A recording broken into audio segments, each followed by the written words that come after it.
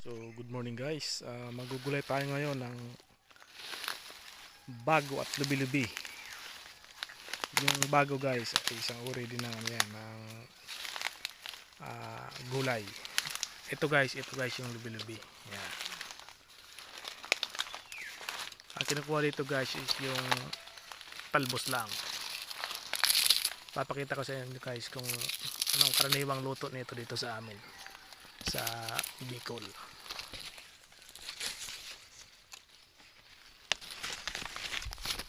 Yan, ito guys. Ito yung ginugulay. Lubi-lubi. Manguha tayo guys. Marami dito guys. Maraming mga lubi-lubi dito. Yan, lubi-lubi din yan. Kunin natin mamaya. Unahin mo natin yung mababa.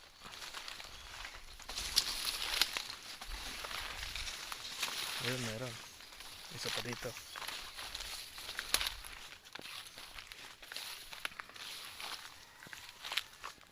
Yan. Maraming lubi-lubi dito guys sa Bicol, sa Sorsogon. Pero sa Metro Manila, alam ko marami na din ito eh. Sa mga piling palengke, makakita ka na itong ganito. Karamihan sa luto nito guys ay may gata. So mamaya papakita ko rin sa inyo kung paano niluluto ito.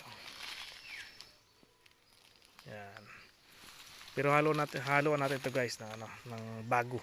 Talbos ng bago. Mamaya makikita nyo kung anong itsura din ng bago. So guys, ito guys yung bago. Ang tawagin dito sa amin bago. Yan, yung talbos niyan guys, yan yung ginugulay. Yan ganito guys. Ayan. Masarap to guys, may gata, ginataan. Ihalap natin doon sa lubi-lubi kanina na ginawa natin. Ito medyo mababa lang tong puno ng bago. Yung iba na ito medyo tumataas din, lumalaki din. Medyo kukunti na lang yung talbos. Hindi naman kasi ito all year round na nagtatalbos. Seasonal din, may panahon din to. Hindi ko lang alam guys kung anong tawag nito sa Tagalog. Pero sa local dialect namin dito is bago ang tawagin nito. Yung lubi-lubi, nyug-nyugan ata yan sa Tagalog. Sa UP guys, marami nito. UPLB. Kung pupunta kayo doon, makikita nyo doon maraming bago doon guys. Yung iba siguro, yung marunong ay ginugulay din nila. Pero karamihan siguro is hindi. Medyo ano lang, pampaano lang. Ewan ko kung anong purpose doon. Bakit nagtanim doon sa UPLB. So, yun guys. Guys, ito na guys, yung bago at lubi-lubi natin. Yan. Siguro mga 2 piraso nyo ay pwede na dito. Yung sa UP pala guys, bunga ata. Bunga yung inaano nila doon. Kinukuha nila, pinaprocess nila. Dito kasi sa amin ay hindi siya gaanong pinapansin. Pero pag sinisipag naman ay kinakain din naman. Sinasangag yun guys. Sinasangag namin. Yung bunga niya para siyang bunga ng kape. Halos kapareho ng kape. So guys, ito yung bunga niya guys. Ayan. Binalikan ko para makita niyo kung anong itsura ng bunga niya. Ayan. So para rin siyang bunga lang din ng kape. Kung mapapansin niya. Yung hinog niyan kulay yellow na. Yung buto niyan, yan yung kinakain guys. Ayan. So guys, ito na. 2 pirasong nyug lang siguro guys. Ay, pwede na ito. Itong 2 malaki. Pwede na ito sa gulay natin.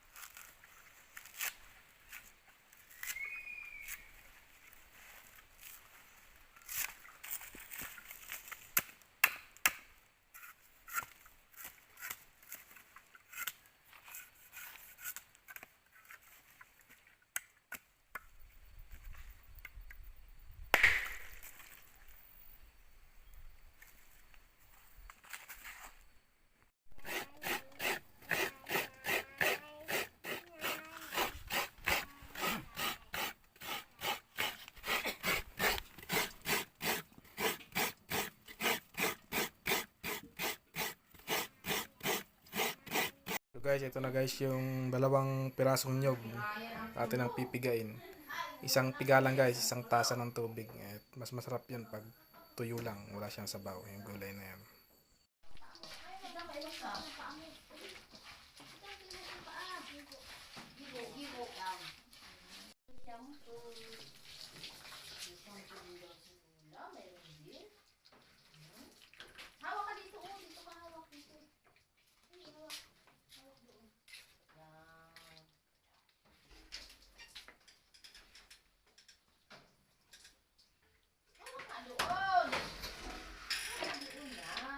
So guys, ito na nga, nahiwa na natin yung lubi-lubi at bago.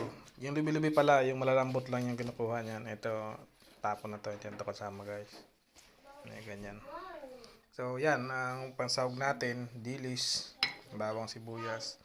Yung dilis, hugasan natin ito mamaya kasi baka mamaya umalat.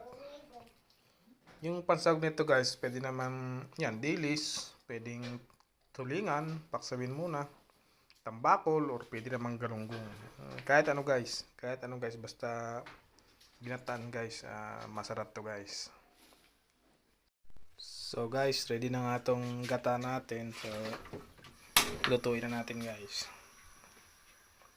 Lagay natin tong dilis.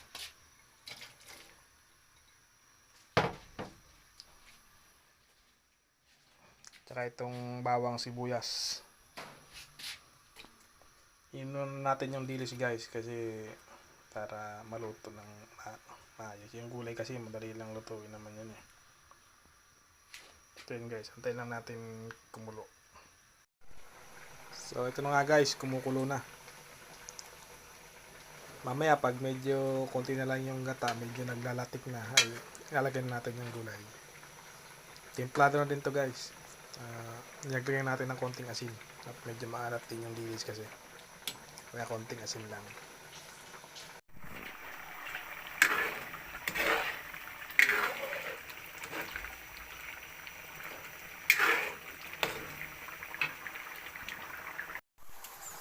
So ito na nga guys, naglalatik na. Ilalagay na yung gulay. Ayan.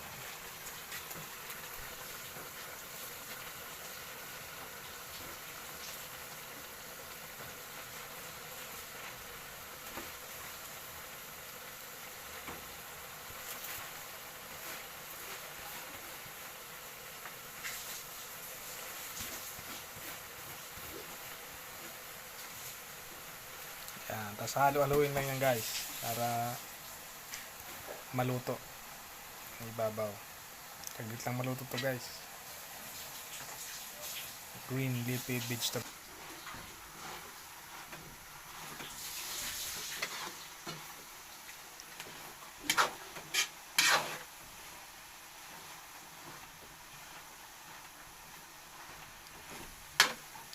Halo-haluin hanggang sa mabasa lahat ng gata yung gulay.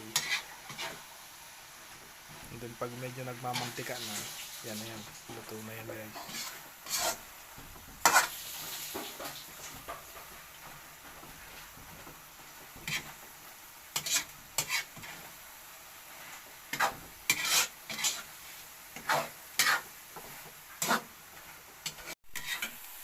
So yun guys, medyo nagmamantika na. Yan.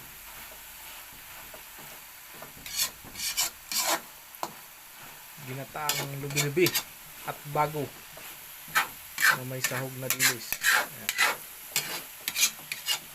Sarap to guys.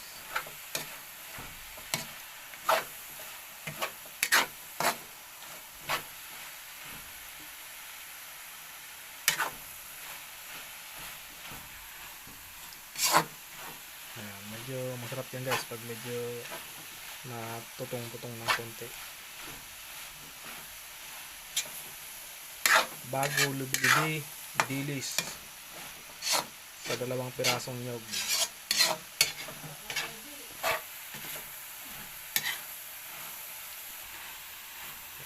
Ayan guys, luto na yung ating gulay. Ayan.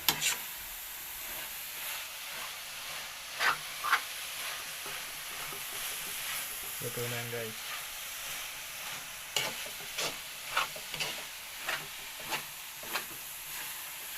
pwede nang kumain pananghalian. Ayan. So ganyan lang guys ang pagluto ng bago at lubi-lubi. Maraming salamat.